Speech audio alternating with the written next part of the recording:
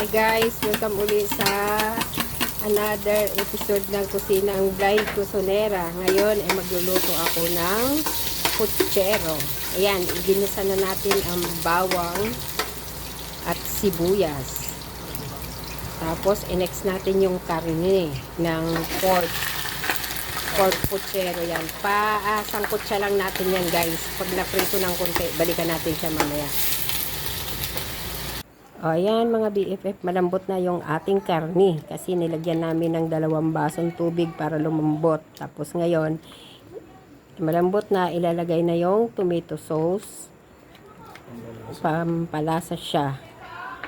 Tapos, yung saging na saba. And Baguio beans. Masuramon. Diba? Sa tingin pa lang, masarap na. Ano pa ang lasa? Balikan natin siya guys. Titimplahan muna natin siya ng mga panimpla. Meron na? Anong asin, magic, yun, paminta. Ayan. Balikan natin siya guys pag malambot na para sa ibang gulay. Okay na? Ayan guys.